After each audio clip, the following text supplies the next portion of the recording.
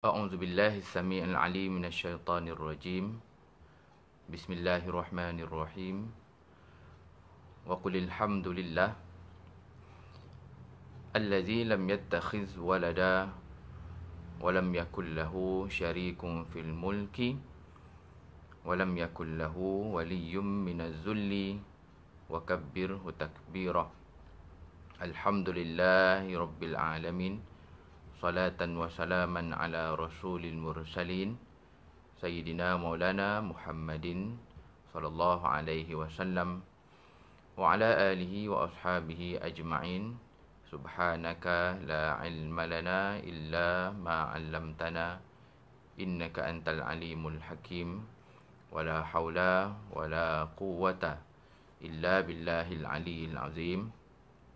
السلام عليكم warahmatullahi wabarakatuh.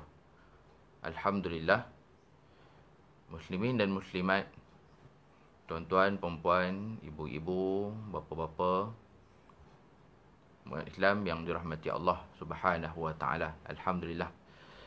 Marilah sama-sama kita mulakan pertemuan yang penuh barakah pada pagi ini dengan kita lafazkan, kita panjatkan setinggi kesyukuran dan setinggi puji-pujian kehadrat Allah Subhanahu wa taala atas segala kurniaan, segala rezeki-rezeki, segala nikmat Allah Subhanahu wa taala yang masih lagi dipinjamkan, masih lagi dipanjangkan kepada kita. Alhamdulillah, tuan-tuan puan sekalian, banyak-banyaklah kita bersyukur walaupun dengan halangan-halangan, dugaan, musibah-musibah yang sedang menimpa kita.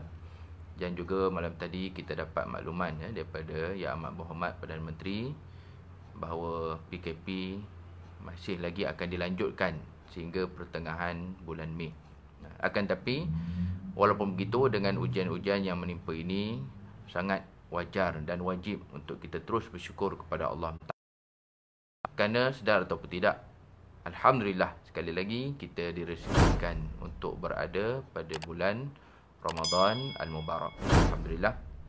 Yang juga jangan lupa tuan-tuan puan sekalian, selain daripada Ramadan yang kita dah berada ini, kita juga pada hari ini, sedar ataupun tidak, sedang berada pada hari Jumaat, penghulu segala hari. Boleh kita katakan bulan yang besar, bulan yang mulia, yang juga kita juga sedang berada pada hari yang mulia, hari Dua Ayam, iaitu penghulu kepada hari untuk seminggu, iaitu hari Jumaat. Jadi alhamdulillah, tuan-tuan, minta Allah Subhanahu Wa Taala, maka marilah sama-sama kita mulakan kuliah kita pagi ini dengan sama-sama kita membaca doa yang sebenarnya diajar oleh Rasulullah SAW. Nabi punya ada ajar. Tuan-tuan sekalian, kalau siapa yang belum tahu ataupun mungkin ada yang dah terlupa, Nabi SAW ada mengajarkan kita dalam hadis-hadis yang banyak sebenarnya. Tapi banyak hadis ini dalam lafaz-lafaz yang hampir sama. Yang saya nak bacakan pagi ini, mari sama-sama kita aminkan, baik yang menonton ataupun mungkin yang dengar-dengar sambil lalu. Kita aminkan doa yang diajar oleh Nabi SAW. Yang mana doa ini memang betul-betul baginda kaitkan dengan ketibaan bulan Ramadan. Jadi Nabi punya ada ajar doa bila datangnya Ramadan, khususnya bila nampak anak bulan lah. Jadi kalau ikutnya nampak anak bulan semalam, bila nampak anak bulan, Nabi ajar kita bacalah doa. Jadi tuan-tuan sekalian, kita mulakan pertemuan pagi ini dengan kita berdoa, dengan kita panjatkan permohonan kepada Allah Subhanahu Wa Taala. A'udzubillahi minasyaitanirrajim. Bismillahirrahmanirrahim. Alhamdulillahirabbil alamin. Wassalatu wassalamu ala sayyidil mursalin wa ala alihi wa sahbihi ajma'in. Ya Allah, munculkanlah ia, ataupun dalam hadis sebut Al-Hilal, anak bulan Ramadan, ke atas kami beserta dengan keamanan, keimanan, keselamatan dan kesejahteraan. Wahai bulan sabit, wahai hilal, Tuhanku dan Tuhanmu adalah Allah Subhanahu wa taala. Walhamdulillahirabbil alamin. Atau kama qala Rasul sallallahu alaihi wasallam. Hadis ini diriwayatkan oleh Imam Tirmizi. Dan tuan-tuan sekalian, yang hari ini pula hari Jumaat, hari pertama pula untuk bulan Ramadan. Jadi kita harapkan mudah-mudahan permulaan yang baik ini akan menjadikan Ramadan ini mudah-mudahan Ramadan yang terbaik dalam kehidupan kita. Dan ini yang kita nak kongsi pada hari ini, tuan-puan sekalian. Yang kita kebanyakan je lah, walaupun banyak juga industri yang dah dibenarkan untuk beroperasi, tapi masih lagi kita boleh katakan majoriti kita berada di rumah. Dia sebenarnya boleh kita anggap Ramadan tahun ni adalah Ramadan yang paling mencabar. Apa cabarannya? Cabarannya untuk menjadikan Ramadan ni terbaik jika dibandingkan dengan tahun-tahun sebelum. Susah kan tuan-tuan? Sebab tahun-tahun sebelum kita boleh buat macam-macam alasan. Itu gangguan ini, gangguan bazar lah, jam lah, letih lah, penat lah. Kalau kata pergi tarawih pun itu macam-macam orang ramai apa semua. Tapi tahun ini kita berada di rumah. Dia akhirnya balik ke kita. Nak salahkan siapa pun tak tahu. Tahun ni tuan-tuan sekalian, nak salahkan siapa pun entahlah. Kalau masih lagi belum menjadi Ramadan terbaik. Ataupun kalau Ramadan tahun ni sama macam biasa juga, itu boleh kita kata kekurangan diri kita sendirilah. Sebab sebahagian besar kita sekarang berada di rumah masing-masing. Jadi tuan-puan sekalian, Allah SWT dalam doa yang kita mulakan sebagai mukadimah tadi, hadis sahih riwayat Imam Tirmizi, Nabi punya ada ajar kita apa nak baca, apa yang kita nak panjatkan ketika tibanya Ramadan. Cuma lebih khusus kita tak timbulkan isu. Kalau kata dah berlalu dah Ustaz, ini Nabi ajar waktu nampak al-hilal anak bulan, kan nampak anak bulan semalam. Tuan-tuan sekalian, macam mana pun kita ambil dalil secara umum bahawa kita memang diperintahkan untuk berdoa kepada Allah SWT. Jadi saya nak kongsikan sikit huraian kepada hadis ini dan juga doa yang kita bacakan di awal tadi. Nabi SAW ajar kita, ya Allah Tuhan, munculkan dia, iaitu al-hilal anak bulan itu ke atas kami. Yang menarik tuan-tuan sekalian, Nabi begitulah dalam doa-doa yang kita ajarkan. Kalau kita tengok doa, contoh doa berkaitan dengan umur, ataupun doa berkaitan dengan rezeki. Bahkan begitu juga doa-doa yang kita ajar berkaitan dengan urusan kehidupan kita. Sama ada bangun tidur, ataupun sama ada dalam apa saja urusan hari kita. Nabi SAW kalau kita buat kesimpulan, apa yang baginda ajar itu, doa-doa khususnya jangan. Ini peringatan untuk saya lah, terutamanya kita yang cakap ni kan, lagi berat lah tuntutannya. Nabi ajar kita, tuan-tuan sekalian, apa saja doa permohonan, janganlah hanya yang dimohon itu perkara zahir. Perkara zahir ni maksudnya dunia je lah. Ya Allah Tuanku, panjangkanlah umur dah panjang. Panjang sungguh umur dia. Tapi pada usia yang lanjut itu, Masya Allah, orang nak jumpa dia di mana? Nak jumpa dia di kedai makan sempang tu dia ada. Ustaz nak cari Tuan Haji ni Ustaz, di surau yang susah jumpa. Di kedai sempang tu ada dia. Itu tuan-tuan sekalian, kalau itulah yang dimintakan kepada Allah Ta'ala, zahir sahaja, itulah kita bimbangkan. Tidak ada barakah di dalam kurniaan tersebut. Jadi Ramadan kita ni penuh yang sama. Nabi SAW dah ajar dah dalam hadis-hadis yang kita simpulkan tadi, banyak persamaannya walaupun lafaz-lafaz yang berbeza. Yang mana Nabi ajar kita, bila tiba Ramadan, maka janganlah sekadar nak Ramadan je. Ataupun jangan sekadar nak zahir je. Macam tahun ni, dengan musibah yang sedang berlaku ini, akhirnya tak dapat. Bazar-bazar secara fizikal, secara zahir tak dapat nak buat. Bazar Ramadan ke, pasar Ramadan ke, param ke, baram ke, berbenda nama pun tak ada. Secara zahir tak ada. Jadi, yang Nabi ajar rupanya memang dah lama dah. Maka ketimbang Ramadan, jangan hanya yang kita nak zahir je. Kalau mungkin yang berniaga, akhirnya tak dapat berniaga. Kan orang kata, kurang sikit, tak masuk. Atau mungkin sebelum ini, minta maaf saya sebut. Ada juga yang berpuasa itu, harapannya adalah dari segi dia punya badan dia. Dia nak kurus tu pun tolak kat puasa juga. Tolak kat Tuhan juga. Ya Allah, kenapalah tak kurus? Ya Allah, nantilah tunggu bulan Ramadan aku kurus. Dan akhirnya semua tolak kat Tuhan mereka. Awak mengembang pun Tuhan yang kena. Nak tunggu badan tu jadi kempih balik pun Tuhan yang kena pun. Dia akhirnya zahir yang dia nak. Daripada Ramadan yang tiba. Ramadan datang tu yang dia nak kan benda zahir juga. Nak kurus lah, nak sihat lah, nak slim lah. Nak bagi boleh pakai baju lama lah apa semua. Jadi yang kita nak tengok pada pagi ini, tuan-tuan sekalian, bagi mukadimah, maka dalam apa saja nikmat kurniaan dan permohonan kepada Allah Ta'ala, jangan hanya yang dimohonkan itu perkara zahir. Jadi Nabi ajar kita dalam doa yang dibacakan di awal tadi, ya Allah Tuhan, munculkanlah al-hilal anak bulan Ramadan itu ke atas kami. Yang pertama Nabi ajar, beserta dengan keamanan. dengan keamanan, kesejahteraan, keselamatan. Alhamdulillah, kita tengah nikmati sekarang ni. Yang memang kita berada di rumah masing-masing. Alhamdulillah, tuan-tuan sekalian. Kemudian Nabi ajar yang keduanya apa? Dengan keimanan. Ini hadis yang saya yakin kalau kita berada di Masjid Surau di bulan Ramadan, memang itulah hadis yang kita akan dengar. Ustaz-ustaz kita akan sebut, imam kita sebut, imanan wahtisaban. Berpuasa dengan penuh keimanan. Baik, jadi dalam hadis ini pun sama Nabi ajar, maka mintalah kepada Allah Ta'ala supaya datang Ramadan itu disertai bersama dengannya keamanan, keimanan. Ketakwaan tu bertambah, jangan hanya fikir income je. Ataupun datang Ramadan yang difikirnya apa? Yang difikirnya badan slim je. Ataupun mungkin yang fikirnya menu apa nak masak. Kan? Tahun ni dah di rumah je belasah. Buka puasa pun tantah makan chicken chop kot. Kan, nak try. Jadi janganlah hanya zahir saja. Kemudian begitu yang Nabi ajar lagi. Keselamatan dan kesejahteraan. Maka inilah tuan-tuan puan sekalian. Pada tibanya Ramadan ni pun ada permohonan yang diajar oleh Nabi. Apa yang kita nak sebut, yang kita nak minta kepada Allah Ta'ala.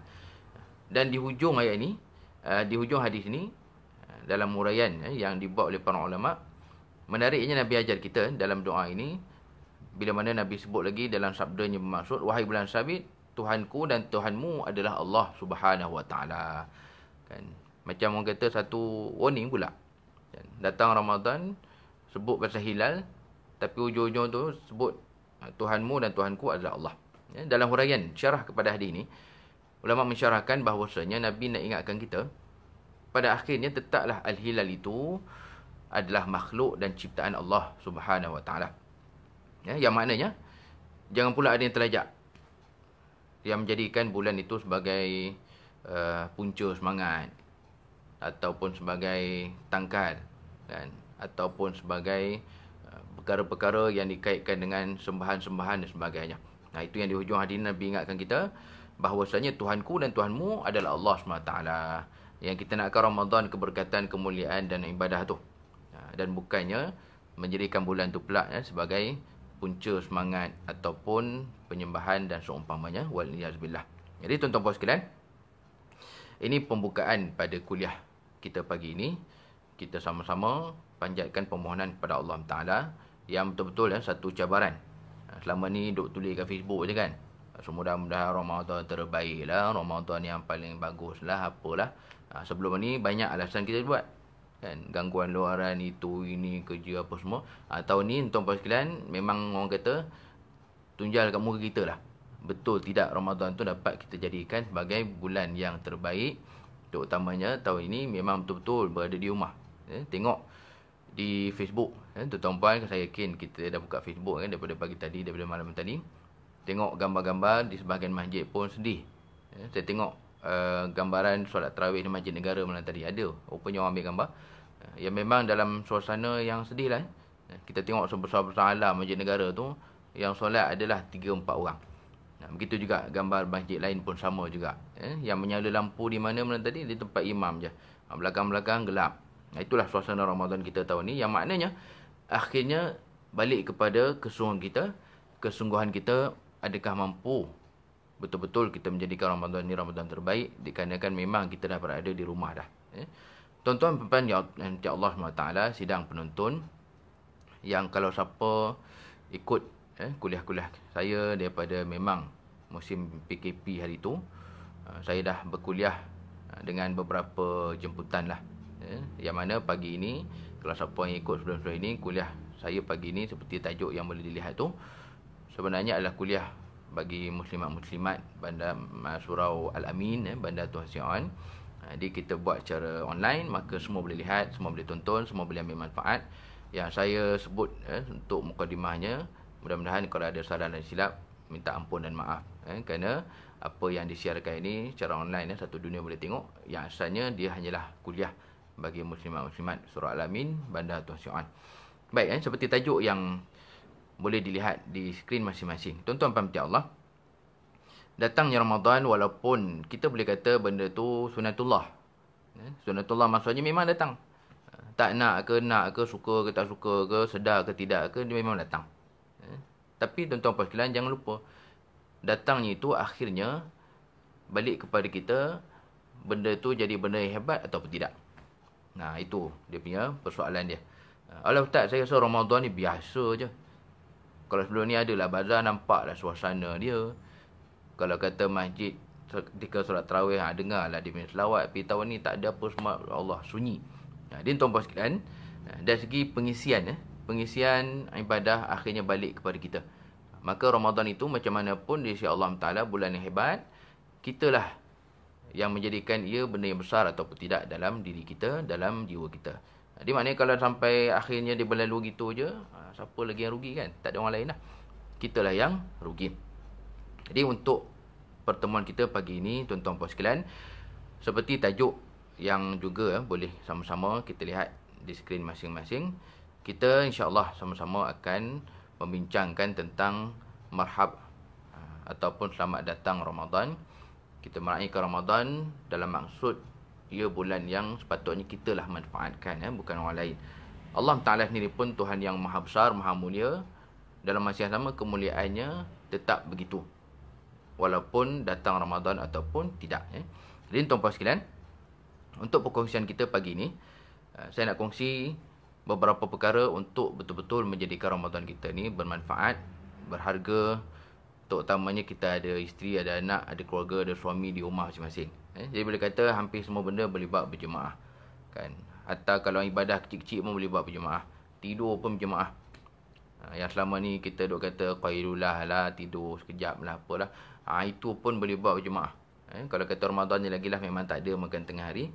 Maka inilah insya-Allah benda yang sama-sama kita nak kongsikan.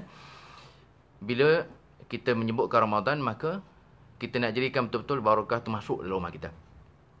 Tuan-tuan puan sekalian, sebelum saya nak sebut apa sunnah-sunnahnya, bila sebut rumah ni, satu perkara saya nak kongsikan. Ini perkara yang kita boleh nampak secara zahir.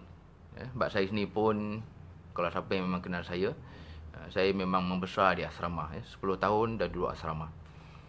Jadi satu perkara yang saya boleh nampak secara zahir, tuan-tuan puan sekalian, kita tak kata rahmat ataupun malaikat ataupun blessing ke, ataupun kita katakan pahala dan sebagainya, itu benda-benda ghaibiyat, perkara ghaib. Benda secara zahir tuan-tuan sekalian kita boleh nampak, terutamanya saya nak kongsi pada pagi ini, rumah ni, rumah kita ni kan, dia tak kira tuan, kalau kata rumah yang baru, rumah cantik pun, benda yang sama akan berlaku.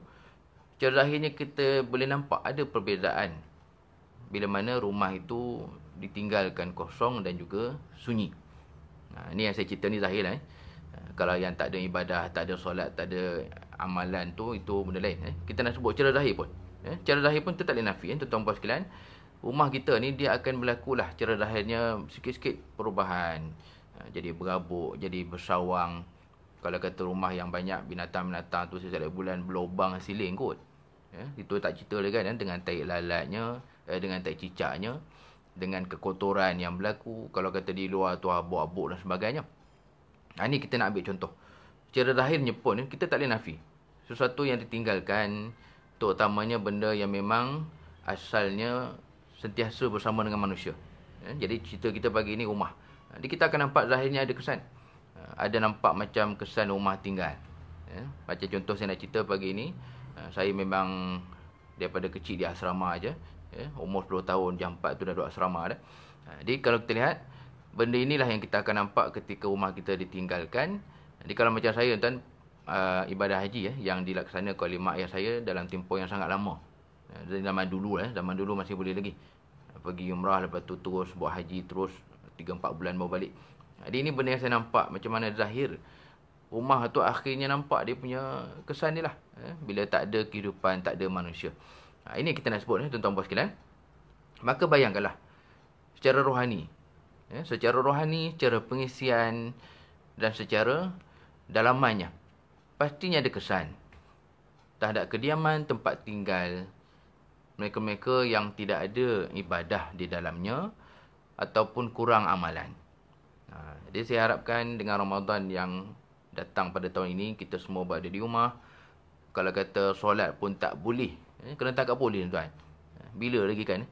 Kalau mungkin kena tangkap polis pun sebelum-sebelum ini ceritanya penjajah datang kot. Orang jahat datang. Ini sesuatu yang mana pihak berkuasa agama pun tak bagi kita pergi. Jadi maknanya kita lah yang menentukan boleh tidak Rumah ni, kediaman kita ini betul-betul menjadi kediaman yang dirahmati Allah Subhanahu Wa Taala. Jadi tahun ni macam saya sebut tadi, tak ada alasan dah. Jadi kepada ketua keluarga lah, muslimin muslimat, terutama yang menonton ni kaum lelaki, memang kaum bapa, kaum lelaki lah yang betul-betul kena bawa, kena pandu apa pengisian. Kalau kata tadarus, berapa juzuk nak habiskan, berapa kali khatam. Dia sampai pagi ni tuan, dia kaum bapa, tanyalah diri masing-masing, berapa banyak dah dibaca daripada malam tadi sampai ke pagi ni. Kerana memang kita boleh katakan ini adalah perkara yang akhirnya tertanggung kat atas kita nak jadikan Ramadan tahun ni macam mana. Lagi-lagi rumah kita ini betul-betul ke rumah yang dikurniakan barakah oleh Allah Subhanahu Wa Taala. Jadi tuan-tuan sekalian, apa langkahnya dan apa yang kita boleh buat? Ini perkongsian yang sama-sama kita akan bawakan pagi ini. Asalnya kuliah muslimat untuk surau Al-Amin Bandar Tuan Sion. Kalau siapa yang ikut minggu lepas pun sama. Kuliah ini dibuat pada pagi Jumaat, pada hari Jumaat juga. Cuma minggu lepas Jumaat. Tapi kita dah start Ramadan, selalunya lepas Zuhur nak dekat Asar, muslimat kita akan sibuk. Jadi kita buat pada waktu pagi. Baik, tuan-tuan dan Allah Ta'ala, kita boleh sebut kedatangan Ramadan, dia membawakan kepada beberapa amalan yang boleh kata bulan lain tak apa nampak. Jadi kita nak cerita yang khusus bulan Ramadan punya amalan lah. Tuan-tuan sekalian, yang pertama, ni sepatutnya semua kita buatlah pagi tadi. Dia bukan semata-mata amalan rohani, tapi untuk persediaan fizikal juga. Iaitu macam mana kita nak mengharungi satu hari ini dengan ada kekuatan. Maka inilah yang kita sebutkan tadi. Yang pertama, tuan-tuan pahami Allah, janganlah sekali-kali kita memandang ringan terhadap amalan bersahur ataupun makan sahur. Yang mana ia termasuk perkara yang bukan benda zahir saja. Ini terutama sekarang tuan, kalau kata anak-anak susah nak bangun pun apa pun, kalau boleh bagi mereka bangun. Ini benda yang saya agak menarik juga. Sebab kita menghadapi zaman muda kan. Zaman muda kan dia zaman yang kalau kata makan dengan tidur pun ramai orang pilih tidur. Lantak lah. Makan tu apa benda pun kalau kata memang 5 pagi nak bangun, tidaklah kot.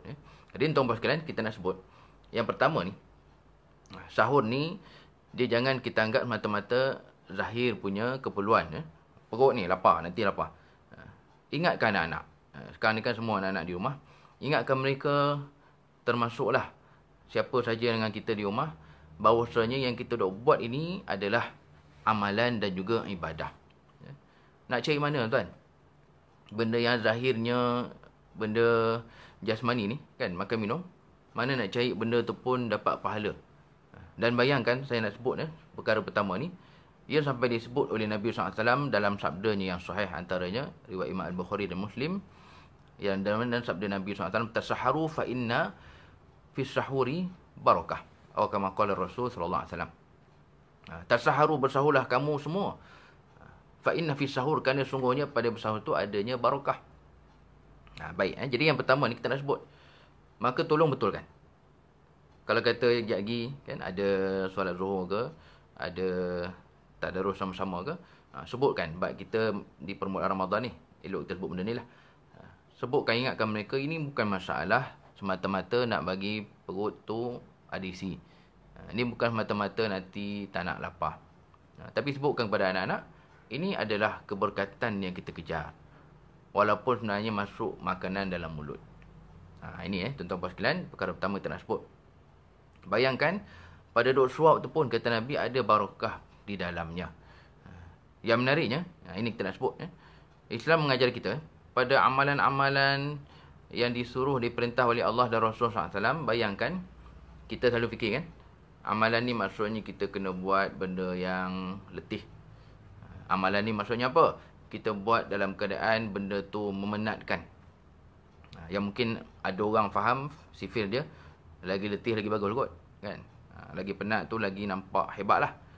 Tapi dalam Islam, sebahagian daripada amalan tu bahkan diajar kita supaya ambil berat juga terhadap kesihatan dan keperluan jasmani. Ini yang puncanya, saya yakin ramai tahu kan. Baiklah, setiap tahun kita hadapi Ramadan, kita tahu bagaimana tuntutan untuk bersahur ni, bahkan yang disuruh itu adalah lewatkan. Lewat ni maksudnya biarlah selagi belum azan, kalau kata waktu imsak tu, itulah yang terbaik untuk kita berhenti. Jadi maknanya bukanlah sahur yang betul-betul baik dan syar'i kalau makan tu awal sangat. Ni yang biasa trend kalau kata Ramadan sebelum-sebelum ni macam tu lah. Pukul berapa sahurnya? No, pukul 1 kan. Pukul 1 tak motor pom pergi mamak kan. Mamak tu sampai tahu dah. Dia ni memang datang ni memang kerja makan. Ya, mana dia orang datang kerja mamak nak semayang kan, makan lah. Ni masalahnya awal pagi sangat sahur. Jadi tuan-tuan puan sekalian, ini kita nak sebut jangan kita anggap sekadar makan sahur untuk siang sekejap lagi. Makan sahur supaya tak lapar. Makan sahur supaya nanti tak melipik je. Tapi ia adalah kerja agama. Yang Nabi sampai sebut ada barakah pada makan sahur. Di maknanya, mudah-mudahan pagi tadi kita semua sahur dan dapat diteruskan dengan istiqamah. Kerana ia bayangan di dalam kebiasaan kita pun adanya rahmat Allah Subhanahu wa taala. Ni yang kita boleh kata tuan, benda yang menariknya Islam ni. Macam sabar lah. Sabar ni kalau kita lihat Nabi pun sebut orang Islam ni ajaban. Memang menakjubkan. Dia senang lenang pun dia jadi orang yang disukai Allah bila dia sabar. Dia susah pun gitu juga. Di dalam keadaan apa pun kita ni orang yang sangat bagus. Pahala tu datang je. Masuk je kan. Masuk je pahala tu. Walau dalam keadaan apa sekalipun. Yang kita tengah bincang ni hatta pada bersahur pun. Masuk pahala. Bila mana kita jadikan betul-betul. Ia adalah ta'abud. Pengabdian kita kepada Allah SWT. Jadi kena sebutlah kepada anak-anak. Macam bangun pagi lah kan. Bangun pagi begitu kan. Kalau musim sekolah. Yang diingatkan bangun tu sebab apa pergi sekolah. Adalah semayang kan. Memanglah buat semayang tu. Tapi tak sebut. Waktu kejutkan anak. Itu akhirnya balik kepada mindset kita. Itu yang bila musim sekolah biasa-biasanya. Bila tiba hari cuti Sabtu Ahad. Lambat sikit. Kan? Itu yang masing-masing ada binatang kat rumah tu kan. Jadi subuh dinosaur lah. Subuh gajah lah. Padahal tak ada ternak pun binatang tu. Itu nak katanya subuh tu akhirnya ke laut dalam. Bila berada pada hujung minggu. Sebab apa? Sebab duk sebut bangunkan anak pagi-pagi tu. Kenapa? Kerana nak pergi sekolah. Sedangkan tujuan utama bangun itu kesyukuran kepada Allah Ta'ala dan meneruskan ketaatan. Antaranya kita mendirikan solat. Itu yang kita tengok doa bangun tidur pun. Doa bangun tidur tu tuan-tuan, saya nak sebut pagi ni. Janganlah anggap ini doa budak tadika. Sebab kalau siapa ingat saya pernah sebut dulu. Ini benda yang saya terkejut. Pernah saya kuliah di Suara-Suara kan. Ada jemaah sebut lah, Ustaz, ini doa budak-budak. Doa cucu saya ni belajar kat dekat. Saya tak kena baca. Kan? Jadi ada orang bayangkan doa ni maksudnya yang besar-besar aja. Dajjal lah, Nabi Isa lah, Ya'juj Ma'juj lah. Dia bayangkan itu je. Sedangkan banyak sebenarnya doa-doa harian kita itu adalah hadis-hadis Nabi SAW. Yang diajar di tadika itu pun adalah sabda Nabi. Jadi siapa kita tuan nak mengatakan ia doa tadika, doa cucu, doa anak kita tak payah amal. Kita seolah memperkecilkan doa-doa yang diamalkan oleh Rasulullah SAW. Sebab sebahagian kita memang gitu. Dia nak tunjuk dia hebat, tunjuk dia pandai, dia fikir benda besar-besar aja. Sedangkan kalau kata muncul Dajjal pun tak tahu dia boleh selamat ke tidak kan. Sebab kita hanya obses dengan benda begitu tapi amalan kurang. Jadi bangun tidur pun begitu. Tuan-tuan sekalian, Nabi ajar apa? Alhamdulillahillazi ahyana ba'dama amatana wa ilaihin nusyur. Di Nabi mengajarkan pada bangun tidur tu pun adalah kesyukuran kepada Allah Ta'ala yang menghidupkan kami setelah mana kami dimatikan. Sebab itu diistilahkan tidur itu sebagai kematian kecil. Nabi yang sebut tu. Ini bukan filsuf, falsafah ke sufi sebut. Tapi Nabi sendiri yang menyebutkan bahawasanya tidur itu adalah sebahagian daripada mati ataupun kematian kecil. Baik, ini yang pertama. Tuan-tuan puan sekalian, jadi untuk menjadikan Ramadan kita bermakna, dia dah mula daripada sebelum niat lagi. Sebelum niat tu maksudnya sahur ni lah. Maka kita lah yang kalau boleh betulkan. Kalau ada anak kecil di rumah, kalau kebetulan ada atuk nenek yang cucunya terperangkap kat rumah kan. Terperangkap maksudnya PKP lah. Daripada awal itu tak dapat balik dikarenakan kawalan PKP. Jadi kita kena sebut. Ini bukan sekadar perut. Ini bukan sekadar nanti lapar. Ini bukan sekadar nanti merangkak kamu tak makan. Mari sini. Ini sebenarnya adalah pengabdian kita kepada Allah Ta'ala. Nak katanya pada amalan. Pada kita kata kebiasaan harian adat itu pun adanya barakah dan juga ketaatan kita kepada Allah Subhanahu wa taala. Baik, jadi yang pertama juga tuan-tuan puan sekalian, saya nak kongsikan beberapa perkara yang disebutkan oleh para ulama berdasarkan hadis-hadis yang banyaklah tentang sahur ni. Dia selain daripada barakah, satu lagi kita kena ingat, pada sahur ini dia adalah perkara yang dikaitkan dengan kita punya kesihatan. Kesihatan ataupun kita punya amanah Allah yang dipinjamkan ini. Tubuh badan lah sebenarnya kita. Ini yang menariknya. Tuan-tuan puan sekalian, selagi benda-benda yang bukan mengancam agama. Mengancam agama ni macam peperangan apa semua, itu jiwa tu korban kan. Jiwa tu korban, anggota putus. Sampai ada sahabat Nabi SAW yang digelarkan sebagai At-Tayyar, Sayyidina Ja'far, putus dua tangannya sebelum syahid, dibunuh. Jadi yang kita nak sebut pagi ni dalam amalan-amalan harian kita lah. Dalam amalan harian kita, dalam ibadah-ibadah kita, bayangkan Islam sangat-sangat mengajar kita untuk memelihara dan juga untuk betul-betul kita jaga apa yang dah dipertanggungjawabkan oleh Allah SWT. Jadi maknanya dalam kita beribadah ni pun jangan lupa, kita menjaga tubuh ni pun adalah ketaatan. Kan? Menjaga badan ni pun, menjaga kita punya jasmani ni pun adalah ketaatan kepada Allah. Di maknanya pada apa yang kita dah buat kan, mungkin kita nampak zahir tu satu je kan. Macam ni lah tajuk kita sahur. Apa yang kau buat tadi? Sahur. Boleh jadi sebenarnya pahala daripada Allah tu bertingkat-tingkat. Orang ni 9 kata bawa tingkat-tingkat. Yang mana pada kita nak makan sahur tu pun ada pahala bila kita tasmiyah, menyebut nama Allah. Pada makan sahur tu pun dapat sunnah apa? Makan tangan kanan. Ni saya sebut minggu lepas. Jangan main-main dengan kanan dan kiri. Ini bukan sekadar sunnah. Kanan dan kiri ni sampai kesannya berlanjutan sehingga ke akhirat. Seronok betul. Mereka-mereka di akhirat kata Allah, bila dapat buku daripada tangan kanan, buku catatan tu, ya laytani, kata Allah Ta'ala, fayaqulu ha umqra'u kitabi, ni tengok ni, aku dapat buku daripada tangan kanan. Dia tuan-tuan sekalian, pada makan sahur yang kita sebut tadi kan, mungkin zahirnya satu benda je, tapi dapat pahala tu daripada suapan, daripada makan tangan kanan. Begitu juga pahala daripada kita tasmiyah. Pahala juga bila mana kita niat itu untuk bersahur, kan, bukan sekadar makan je. Ini yang kita sebut. Maka pada akhirnya dia adalah satu contoh Allah Ta'ala menjadikan ketaatan itu benda yang mendapati fitrah. Di fitrah kita ni, badan kena makan, tak makan nanti lemah dan sebagainya. Ia benda yang memang betul-betul dijaga oleh syariat. Dia jangan duk ingat beragama ni akhirnya jadi berkerut dahi. Kan? Sana sini muka masam je. Dia muka ni macam orang kata, macam dah tak ada siapa lah yang ada kat dia. Semua macam dah mati belaka. Sebab apa? Dia ni ustaz, jumpa ni mana pun muka masam je. Bila mana dia merasakan bahawasanya beragama tu hanya benda-benda yang berkaitan dengan ibadah-ibadah secara tertentu. Sedangkan beragama ni termasuk kita jaga tubuh badan, termasuk kita makan sahur pun, termasuk kita menjadikan puasa kita tu tidak lemah. Ini yang kita nampak sebagai pengajaran kedua daripada sahur. Itulah apa yang diingatkan oleh Nabi SAW dan sebagainya.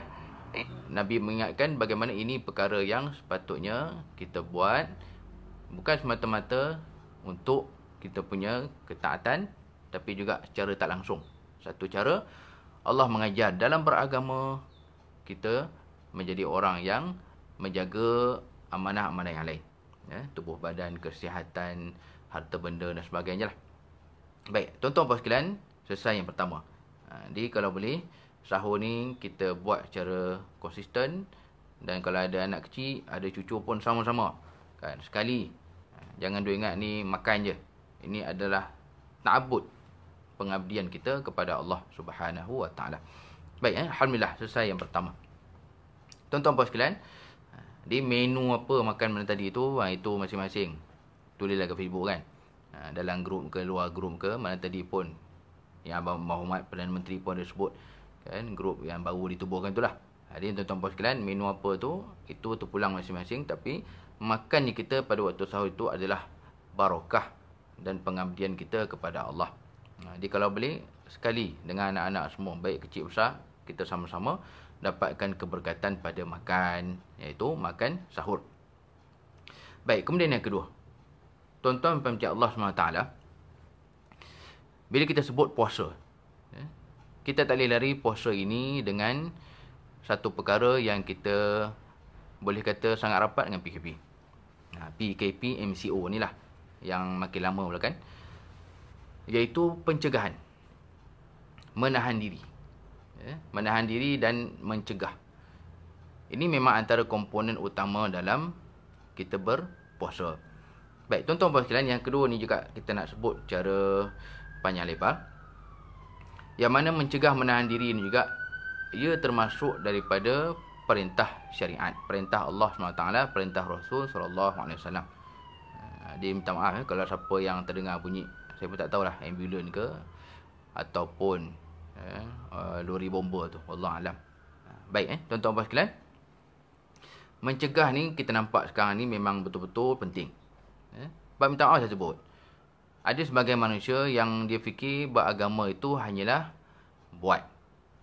Kan? Beragama ni apa? Beragama ni infak. Beragama ni apa? Beragama ni umrah. Beragama ni apa? Beragama ni solat, puasa, zakat, baca Quran. Yang menyedihkan tuan-tuan sekalian, kita bimbang segelintir. Tak adalah kata semua kan. Tapi segelintir daripada kita yang kuat beribadah ni. Hatta yang memang ke Mekah saja pun, ataupun yang kaki infak pun, dalam masa yang sama, sebahagian segelintir kita tidak pula merasakan menahan diri itu juga adalah ibadah. Menahan diri itu juga adalah ketaatan dan pahala. Ini yang jaga-jaga. Jaga-jaga kenapa? Kerana menahan diri ini terang-terang Allah sebut dalam surah Ali Imran. Ini yang akhirnya sekarang kita nampak kan. Duduk rumah, tak keluar-keluar dah sebulan lebih dah. Maka memang menahan diri ini, ia perkara yang menyempurnakan agama kita, tuntutan syariat, dan dalam kehidupan pun tak boleh nafi dah. Tak boleh nak kata kebebasan hak asasi semua mengarut je. Kalau kata kebebasan hak asasi pun, negara-negara yang bukan negara Islam duk hak asasi sana sini pun, mereka pun banyak buat PKP macam kita juga. Ada yang baru start pun ada juga. Duk tak buat kan, rasa macam okey, tiba-tiba kena kat buat juga. Lambat PKP dia daripada kita. Baik, jadi tuan sekalian, ini yang kedua. Itulah kata Allah dalam surah Ali Imran dalam firman-Nya, Bismillahirrahmanirrahim, kuntum khaira ummatin ukhrijat linnas ta'muruna bil ma'rufi wa tanhauna 'anil munkar wa tu'minuna billah. Surah Al-Azim, dalam juzuk yang keempat surah Ali Imran. Di dalam beragama ni tuan-tuan puan sekalian, maka janganlah kita hanya mengutamakan ataupun menonjolkan buat. Sebab ini perkara yang kadang-kadang minta maaf saya sebut. Di Facebook senang cerita. Di Facebook tuan-tuan puan sekalian, kita boleh katakan menahan diri, pencegahan, ataupun kalau dalam tasawufnya sebut menjauhkan diri daripada maksiat ni. Kadang orang tak berapa minat nak tulis kan. Sebab ramai orang mengaitkan apa? Mengaitkan mencegah-mencegah ni seolah-olah macam negatif vibe. Kan? Ini benda negatif vibe ni tak payah sebut lah.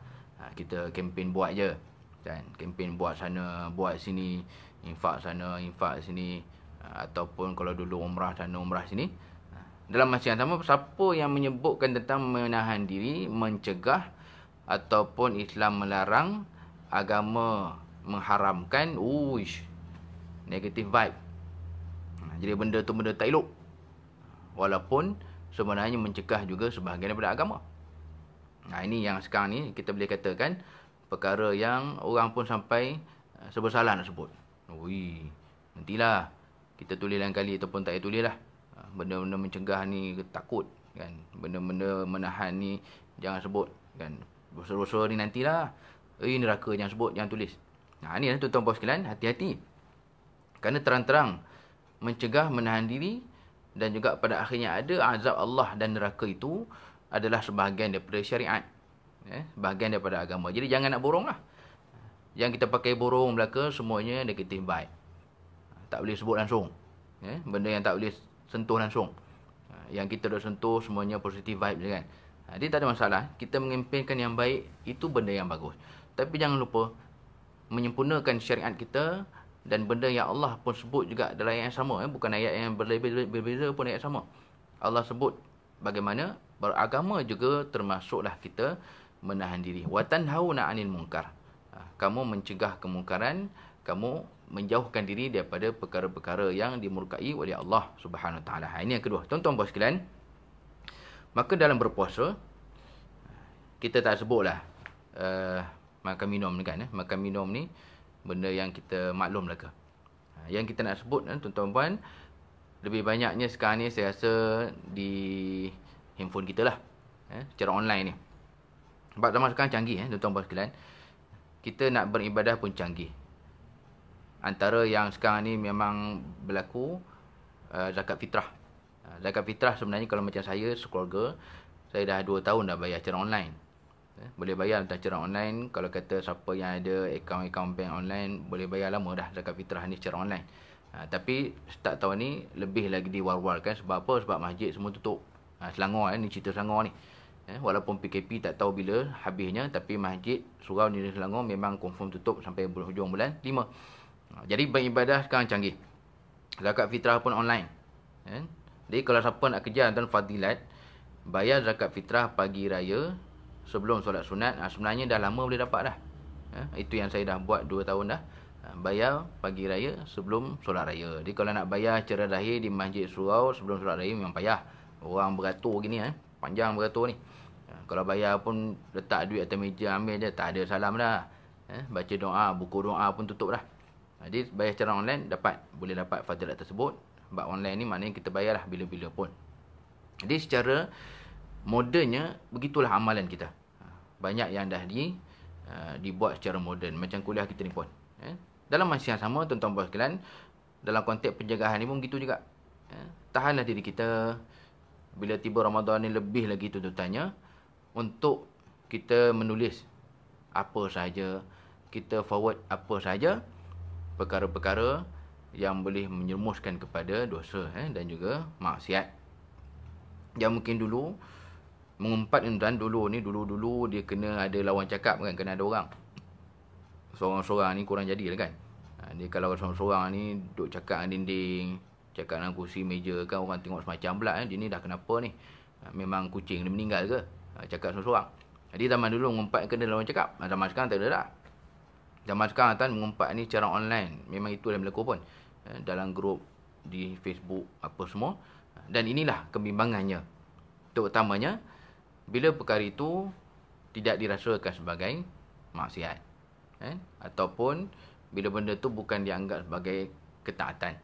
Tak apalah, saya puasa banyak Ustaz. Sikit-sikit lah benda maksiat ni. Jadi tuan-tuan hati-hati. Kerana inilah komponen utama ibadah puasa. Kalau kita tengok takrifan dia punya fiqh pun macam itulah. Puasa ni apa?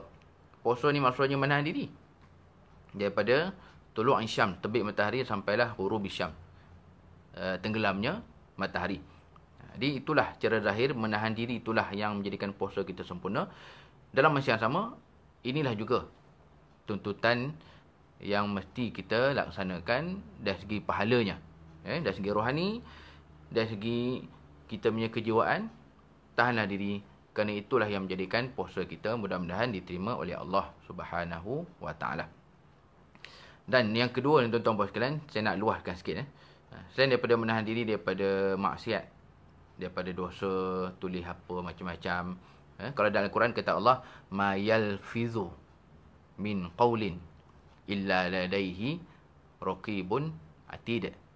Kata Allah Ta'ala, apa yang dilafazkan, apa yang disebutkan, hatta walau apa perkataan sekalipun, pasti adanya yang mencatat, yang menulis raqibun atid. Jadi kita kata itu nama malaikat, raqib atid. Jadi zaman sekarang lagi canggih lah.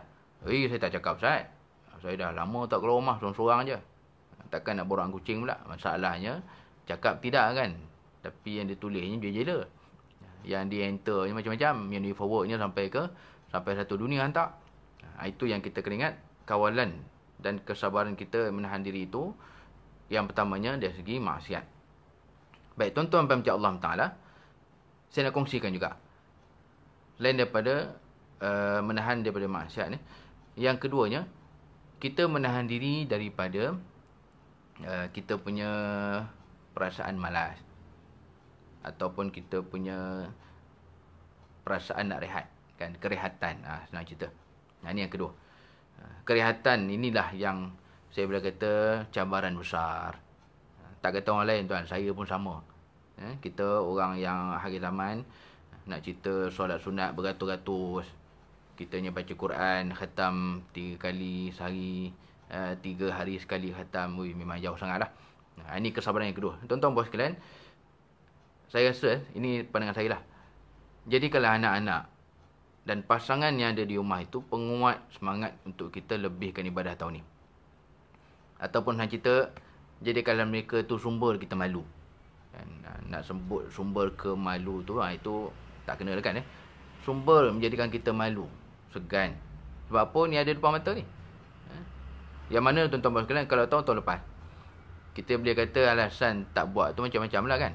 Tak habis tak tadarus. Mana 30 juzuk nak baca saya ni, sana sini kerja, ke sana ke sini, ke sana ke sini. Jadi masalahnya tahun ni semua di rumah dah. Anak-anak depan mata, pasangan pun depan mata. Inilah mudah-mudahan tuan-tuan sekalian, saya doakan kita mampu untuk menahan diri yang kedua, iaitu menahan diri, menahan hawa nafsu kita dan menahan kemahuan kita untuk rehat. Yang maksudnya apa? Maksudnya untuk kita lebihkan ibadah pada tahun ini. Sebab memang dah di rumah kan. Baik, ini cabaran lah. Kadang tuan, saya boleh katakan ada orang dia kurang bermaksiat, Alhamdulillah. Yang biasa juga berlaku di kalangan pelajar-pelajar, harapnya yang dah habis belajar tak ada buat lah benda ni. Dia memang tak ada maksiat, Alhamdulillah. Memang mengumpat, tak ada forward sana sini, tak ada tulis apa, tak ada Facebook, dia kosong je. Tapi masalah lain pula apa? Masalahnya dia punya tidur boleh tahan. Dia boleh ada kehebatan tidur tu betul-betul daripada lepas subuh. Yang hebatnya dia tahu timing bila nak solat tu. Tiba waktu solat zuhur dia bangun, tidur balik, solat asar, terus hantar sampai maghrib. Dia akhirnya ada orang yang dia tak buat maksiat, tapi dalam masa yang sama memang rehat pun sungguh-sungguh. Dia punya dunia tu macam dalam kubur dah. Pakai baring tak bangun dah. Ni tuan-tuan puan sekalian, perkara kedua yang saya doakan dapat kita tahan diri. Tahanlah diri kita, tekanlah kemahuan kita nak rehat, nak senang-senang apa semua, dengan kita cuba lebihkan ibadah pada tahun ini. Jadikan anak-anak, pasangan yang ada itu penguat semangat kita, kan. Rasa malulah sikit kan. Kalau kata kita dah di rumah saja tak keluar pun amalan macam itu juga, kita lah ni fikirlah, adakah kita ada perasaan malu? Terutamanya ini adalah mungkin boleh jadi Ramadan kita yang terakhir. Selalu dengar pun kan, Ramadan terakhir, tak tahu dalam depan dapat ke tidak. Masalahnya ibadah macam itu juga. Ini tuan-tuan sekalian, yang kedua, apa yang mungkin dua ni susah kita dapat, jarang kita dapat, cuba dapatkan tahun ni.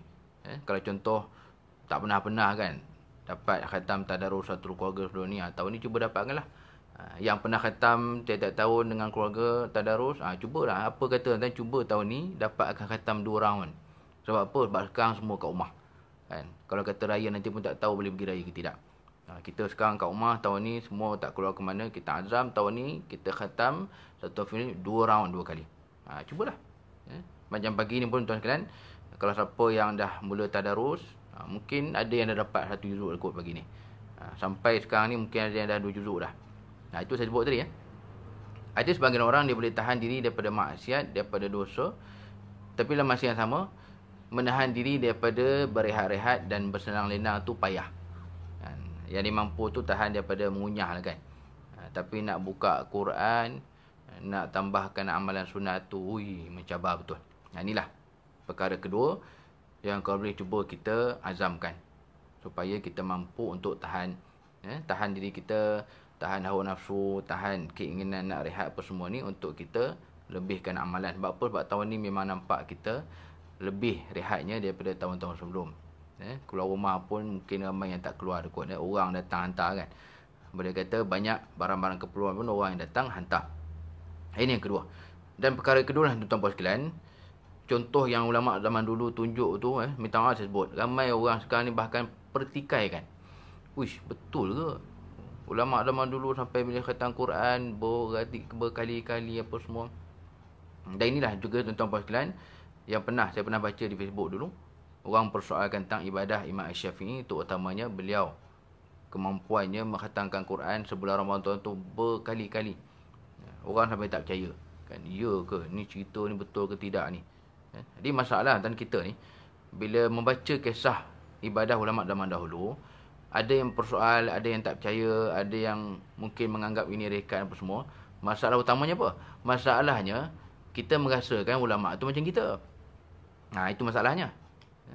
Masalah utama kita, dan kita doa anggap mereka macam kita. Kalau macam kita, memang tidak lah. Kan? Kalau katanya khatam Quran sekalipun, kalau katanya hafiz Quran pun, tak tahu boleh tidak dapat khatam Quran berkali-kali macam Imam Syafi'i. Jadi kalau kata tentang ibadah mereka zaman dahulu, itu adalah tahap di mana manusia yang dah tak heran langsung dengan kerehatan. Kerehatan tu tak ada dalam fikiran dia. Saya bagi contoh mudah. Tuan-tuan puan sekalian, salah seorang imam dalam mazhab Syafi'i, imam muktabar, imam besar lah, iaitu Imam An-Nawawi rahimahullah, Yahya bin Sharaf. Imam An-Nawawi kan, kalau siapa yang tahu, beliau punya kitab yang ditinggalkan karangan-karangannya, masya-Allah. Kita jangan kata nak baca kan, memang nak tulis macam dia tidak, nak baca yang dia tulis semua pun tak mampu. Yang punya dhaif kita tadi, saya cakap saya sendirilah. Nak tulis macam dia tak mampu, nak baca yang dia tulis semua pun tak terbaca-baca. Bahkan saya sebut terang-terang, nak beli semua yang dikarang pun tak terbeli. Saya lama di Mesir pun tak mampu beli semua karangan beliau. Dia nak baca macam dia, nak tulis macam dia, lagilah wassalamu. Masalah kan, yang menariknya beliau Imam An-Nawawi rahimahullah meninggal dunia pada usia 45. Umur 45 meninggal lah. Jarak dengan saya ni lagi berapa tahun je. Umur 45 meninggal, tapi bukan tinggalkan anak berbelas-belas, bukan tinggalkan kereta yang banyak, bukan tinggalkan hutang yang banyak, dia tinggalkan kitab yang sangat banyak. Masa bila tu? Masa bila dia buat? Ini sebenarnya balik kepada kemahuan yang tinggi untuk melaksanakan benda baik, yang akhirnya kemahuan tinggi itu menyebabkan dia meninggalkan kerehatan. Inilah cabaran kita. Cabaran kita, tuan-tuan puan sekalian. Kalau zaman sekarang, saya boleh kata contoh macam orang yang bisnes lah. Dia tinggalkan kerehatan untuk bangun pagi, siapkan makanan. Kan? Tinggalkan kerehatan untuk dia buka puasa tu simple-simple je. Sebab apa? Sebab jagi nak bisnes. Macam sebelum ni kan ada bazar kan. Buka puasa pun simple je, sebab apa? Duk berniaga kat bazar. Itu contoh. Kita boleh tinggalkan kerehatan itu untuk benda dunia. Untuk benda dunia tu insya-Allah tak ada masalah. Tahun ni mungkin kurang. Tapi tahun-tahun sebelum ni ramai orang yang 10 malam terakhir tu hebat dia qiyam.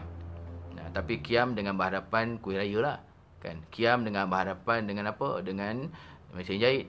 Dia tinggalkan kerehatan sebab apa ni? Customer dah order, bersusun orang order. Itu contohnya. Kita ada kemampuan tersebut. Tapi kemampuan tu sebahagian besarnya disalurkan untuk benda-benda dunia. Untuk akhirat, untuk ibadah, inilah cabarannya. Boleh ke tidak? Kalau tak ada beribadah macam ulama' zaman dulu pun, paling-paling kita lebihkan amalan kita yang tiap-tiap tahun. Dan jangan kata tak boleh. Tuan-tuan puan sekalian, boleh. Kita ada kemampuan tersebut. Ramai orang yang bisnes sana sini, kalau sebelum ni pergi bazar Ramadan, boleh tidur sikit je, boleh tinggalkan kerehatan. Dalam masa yang sama, mengapa tidak benda yang sama untuk amalan dan juga ibadah. Jadi dia balik kepada kemahuan je lah. Yang saya doakan tuan-tuan sekalian, saya peribadi dan kita semua yang menonton khususnya pada pagi ini, mudah-mudahan Allah campakkan. Doalah juga Allah campakkan kepada kita kemahuan yang tinggi. Kalau tak mampu macam ulama zaman dulu beribadah pun, paling-paling lebih lagi tahun ni daripada tahun-tahun sebelum. Jangan kata tak boleh, tuan. Saya yakin yang menonton ni ada yang ramai bisnes bukan. Jenis yang buka kemah, tutup kemah, buka meja, tutup meja, pagi buta dah masak kan. Kadang sambil-sambil tidur pun mengacau juga. Yalah, dah ngantuk sangat kan, duk kacau-kacau tidur. Dan itu menunjukkan ada kekuatan kita untuk benda dunia. Mengapa tidak kekuatan yang sama zahirkan untuk ibadah, untuk amalan kita kepada Allah Ta'ala. Lagi-lagi tahun ini kita berpuasa dalam keadaan PKP. Kitalah yang menentukan boleh ke tidak Ramadan tahun ini menjadi lebih baik daripada Ramadan-Ramadan yang sebelumnya. Jadi tuan-tuan puan sekalian, itulah perkongsian kita pagi ini, yang mana perkara yang kita bincangkan ini mudah-mudahan adalah manfaat. Macam yang saya sebut di awal tadi, ia memang kebetulannya menjadi Ramadan yang terbaik dalam kehidupan kita dari segi apa yang kita hadapi inilah kan, kita di rumah semua. Dalam masa yang sama, tuan-tuan dan sekalian, mudah-mudahan ia juga menjadikan kita manusia yang ada kemahuan yang tinggi untuk beribadah. Kalau sebelum ni boleh tahan panas terik buat apa? Basikal. Boleh tahan panas terik gimana? Pergi padang golf. Boleh tahan panas-panas menghadap apa? Menghadap kuali. Jadi mengapa tidak? Kekuatan itu tahun ni kita salurkan untuk amalan dan juga ibadah. Dan juga tuan-tuan dan sekalian, untuk akhirnya saya nak sebut ada soalan-soalan yang dibawakan oleh muslimat sebelum daripada kuliah tadi. Yang pertama berkaitan solat tarawih. Solat tarawih, tuan-tuan sekalian, sebelum ini kita isi dengan tazkirah. Saya nak cerita tuan-tuan sekalian, solat tarawih dan ada tazkirah ni sebenarnya bukanlah benda yang lama sangat pun. Adalah benda yang agak baru sebenarnya. Sebab saya ni daripada institusi tahfiz tradisional. Dia dulu-dulu tuan-tuan sekalian, kalau siapa ingat zaman-zaman awal semangat kesedaran Islam naik dulu, awal-awal dulu tahun 90-an dulu, banyak di surau masjid ni adalah tarawih tu 20. Bukan sekadar tarawih 20. Banyak juga masjid surau yang bahkan tarawih 20 tu khatam satu Quran dalam solat tarawih. Sebab saya sendiri pernah beberapa kali lah, beberapa Ramadan menjadi imam tarawih 30 juzuk. Jenis yang berduet itulah. Dua orang jadi imam tarawih, tukar-tukar untuk khatamkan 30 juzuk. Jadi saya ingat saya itulah trend dulu. Trend zaman dulu tuan, kalau kata solat tarawih khatam 30 habis semua ni, paling cepat tuan, ni yang saya ingat saya lah, paling cepat dekat pukul 11 baru habis tarawih kan. Itu maknanya trend dulu. Jadi daripada dulu 20, sekarang boleh kata jumlah yang dah kurang jadi 8. Tapi lambat kat habisnya kan. Lambat sebab apa? Sebab tazkirah lah. Jadi pada akhirnya tuan-tuan dan sekalian, kalau mampu kita boleh buat 8, buatlah 8. Boleh buat 20, buatlah 20. Kalau kata nak pengisiannya tazkirah ni di rumah pun boleh. Ataupun antara selang-selang tarawih tu tadarus pun boleh juga. Ini satu tips sebenarnya. Ini nanti insya-Allah tuan-tuan sekalian saya akan kongsikan dalam pertemuan yang akan datang. Apa tips nak jadikan kita boleh baca banyak. Terutamanya Ramadan ni kau boleh mampu khatam kalau siapa tak pernah, ataupun Ramadan ni boleh khatam 2-3 kali. Ada tip dia. Dan antara salah satu tuan, tip nak bagi kita tak rasa berat baca Quran ni, iaitu kita baca di selang-selang solat tarawih. Bukan dalam solat tarawih tu, selang-selang tu. Katalah ada anak-anak, dia jadi imam, kemudian habis 2, okey, dia pula baca. Kemudian solat lagi, habis 2, dia pula baca. Itu tip nanti saya kongsikan lah. Macam mana nak bagi boleh kita khatam Quran kalau siapa yang tak pernah khatam, ataupun khatam lebih. Benda tu kita kena buat secara tak formal. Selain daripada kita menghadap je lah. Baik, jadi untuk soalan berkaitan tarawih, kalau sebelum ni diselangi dengan tazkirah, kalau sekarang ni di rumah dalam masa yang sama baca Quran apa semua, tak ada masalah. Nak buat 20 boleh, 8 boleh, selang dengan tazkirah boleh, selang dengan kita baca Quran boleh. Yang tak apa nak boleh ni selang-selang dengan tengok handphone lah, tengok Facebook, itu tak apa nak boleh lah. Yang eloknya biarlah selang antara tarawih itu adalah ibadah. Dan tahun ini tuan-tuan sekalian, saya rasa ramai tahu dah, di Masjidil Haram pun solat tarawih dibuat 10. Bukan 8, bukan 20. 10 campur dengan witir 3. Di tahun ni alhamdulillah, antara hikmah kita boleh kata tuan, PKP yang berlaku ni, alhamdulillah tahun ni sampai tak timbul langsung perbalahan dan juga perbincangan berkaitan dengan 10 ke 8 untuk tarawih. Alhamdulillah kan. Datang virus corona COVID ni, lenyap tu orang lupa nak bergaduh kan. Lalu memang ini isu yang orang suka bergaduh lah. Tahun ni lupa bergaduh. Nak buat 8-20 lupa. Lagi-lagi Saudi sini pun buat 10 pula. 10 campur 3. Jadi kita di rumah ikutlah berapa yang kita boleh buat. Nak selang dengan baca Quran boleh, nak selang dengan tazkirah boleh, tak ada masalah. Kemudian terakhir soalannya, ini soalan yang menarik. Apa pilihan antara imam yang bacaannya bagus tapi duduk atas kursi, dengan imam yang bacaannya kurang bagus tapi dia boleh solat berdiri? Ini cerita di rumah contoh. Contoh di rumah ada atuk juga ataupun ada ayah yang solat atas kursi, sama ada memang sebab uzur ataupun sakit kaki, dengan anak-anak yang dah balik. Apa pilihannya? Apa yang terbaik? Otak anak saya dah balik Ustaz. Kan dah belah-belah dah umur. Tapi bacanya biasa je lah. Kan, kalau kata surah tu memang itu-itu je lah. Dalam masa yang sama ada juga di rumah ni atuk ke, di rumah ni pun ayah ni pun sama juga ada, tapi dalam keadaan yang tak boleh solat cara berdiri. Baik, tuan-tuan puan sekalian, saya nak kongsi dari segi solat Jumaat, dia punya afdaliyah, keutamaan menjadi imam itu dari segi bacaan Al-Quran. Itu keutamaan dia untuk siapa jadi imam lah. Itu ukuran yang paling tinggi, ukuran yang paling utama kali itu. Dalam masa yang sama, yang lain-lainnya ukuran tu kalau bertembung kepandaian baca Quran. Jadi kalau bertembung kehebatan baca Quran, kehebatan tajwid, kehebatan hafazan, bertembung dua-dua tu, lepas tu baru kira. Dia ni hafal banyak hadis ke, dia ni lagi sihat ke, dia ni umur berapa ke. Dalam masa yang sama, keutamaan untuk jadi imam adalah mereka yang paling baik bacaan Al-Qurannya, dan tak ternafikan lah. Dia punya solat tu mestilah solat yang baik kan. Dia jangan cerita lah, Ustaz, budak ni baca sedap Ustaz, tapi solat memang litang bukang lah. Yalah budak ni kan, garu sana, garu sini, cuik sana, goyang sini. Tuan-tuan puan, kalau siapa ada anak kecil, tahulah tengok lah macam mana sembahyang kan. Satu rakaat pun tak habis lagi, tapi dia punya batal tu memang dah awal batal dah. Tergaru sana, terkorek sini. Itu tak timbul isu. Yang kita bincang ni sesama mereka yang solat memang okey. Dua-dua orang solat dah okey, tapi seorang bacaan tak apa okey, seorang bacaan okey. Di dalam keadaan bila mana yang bacaan tu lebih baik dalam masa yang sama, mungkin solat duduk atas kursi, maka bacaan yang baik itu sepatutnya diutamakan jadi imam. Tak apalah walaupun dia solat di atas kursi. Kerana memang itu keutamaan untuk menjadi imam, bacaannya siapa yang lebih baik, siapa bacaan yang lebih bagus. Baik, itulah tuan-tuan puan sekalian sikit perkongsian kita pagi ini. Saya doakan mudah-mudahan Ramadan tahun ini memang betul-betul jadi macam yang kita tulis lalu, Ramadan terbaik, Ramadan terbaik. Memang tahun ni kita lah kena tunjukkan jadi ke tidak, sebab masing-masing dah di rumah ni. Dan mudah-mudahan jadilah kita manusia-manusia yang betul-betul dapat menahan diri, bukan sekadar amalan tu buat, tapi amalan itu juga dengan cara kita menahan diri. Menahan diri pun perintah Allah, menahan diri pun adalah urusan agama. Yang sekarang pun kita nampak secara lahir dunia kita ni pun, menahan diri pun benda yang mendatangkan faedah. Jangan hanya anggap benda faedah ni buat je. Benda faedah juga termasuk adalah menahan diri.